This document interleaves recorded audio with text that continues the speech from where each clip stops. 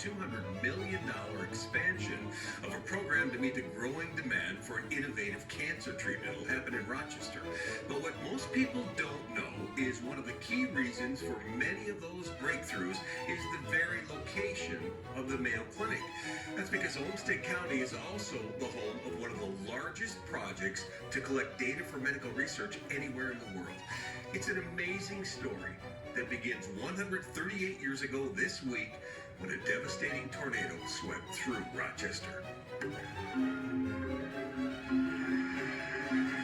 Olmsted County, Minnesota, home to hundreds of thousands of acres of farmland, the booming city of Rochester, the world-renowned Mayo Clinic, and 68-year-old Linda Henry, who has dedicated her life to science.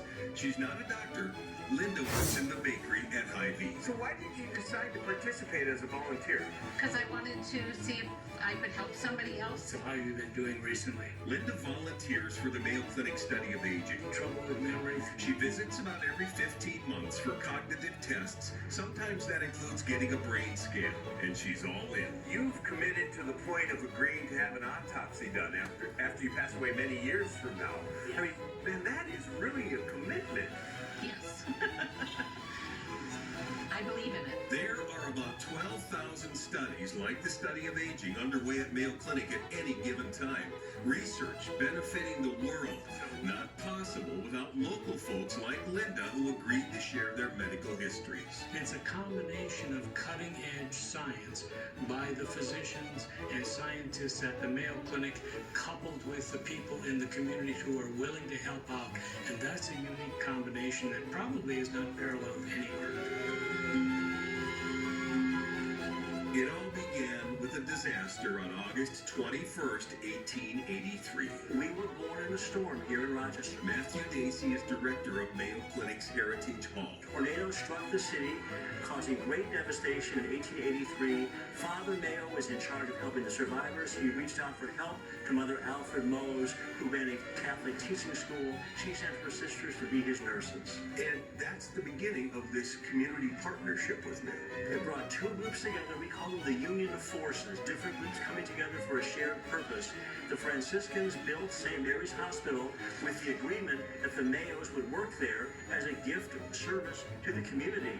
But this hospital became an incubator of innovation, new discoveries, new advances. The word began to spread, and so this model is extended now all around the world with Mayo as a global resource, but it began here with a community partnership. The Rochester Epidemiology Project was born out of that community partnership. Since 1966, patients in Rochester and Olmsted County have been asked to let Mayo and Olmsted Medical Center use their healthcare records for science. It's produced a huge, always growing pool of medical data. In 2006, the project expanded to include the 27-county Mayo Clinic Health System in Minnesota and Wisconsin, and they get incredible buy-in from patients. So 95% of the population has participated in this research. Correct. That's what makes it unique. Dr. Walter Roca is co-director of the Rochester Epidemiology Project. Now, in Olmsted County, we have about 150,000 living people in the record. But if you go to the 27th county, we have 700,000 people currently in the system. And of course, this change is continuing. Where people come in, go out, die, move.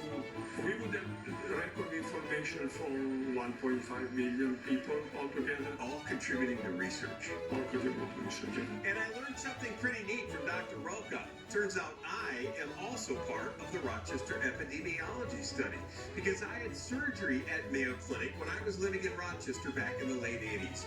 So I'm also contributing to medical research.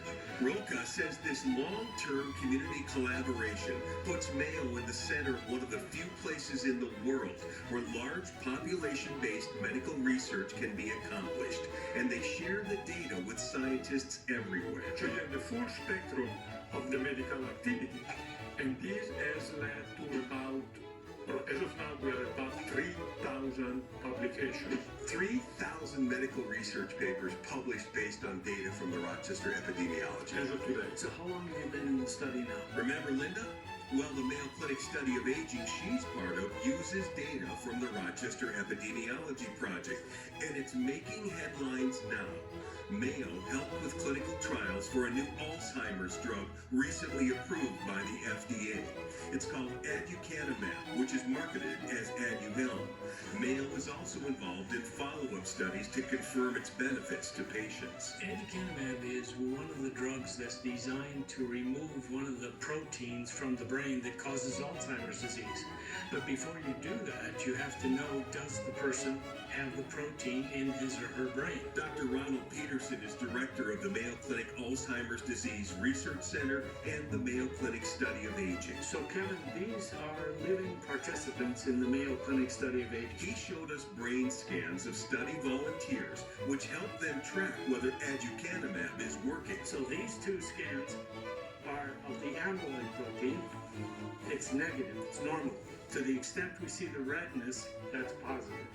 So this person has Alzheimer's protein in the brain. Peterson doesn't think aducanumab is the answer to Alzheimer's disease, but it is a step in the right direction. A medical breakthrough made possible because for generations, Mayo's neighbors have given of themselves and answered the call to help. Why do you think the community has always been so invested in what happens at Mayo? Our first and closest patients are our neighbors. I mean, people at Mayo, we live here, we work here, we're friends with people in town. You know, we are in a unique place.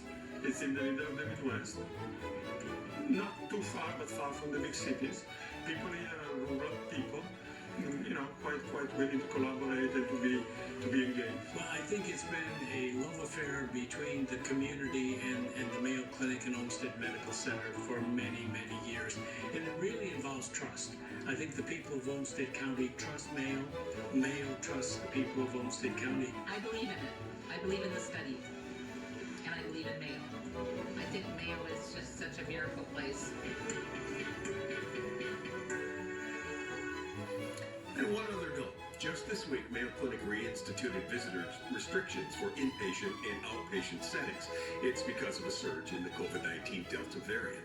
Safety was our first priority in working with Mayo Clinic to put this story together. All the people we interviewed are fully vaccinated. We followed social distancing guidelines, and masks were worn in patient care buildings. Now let's check in with Red.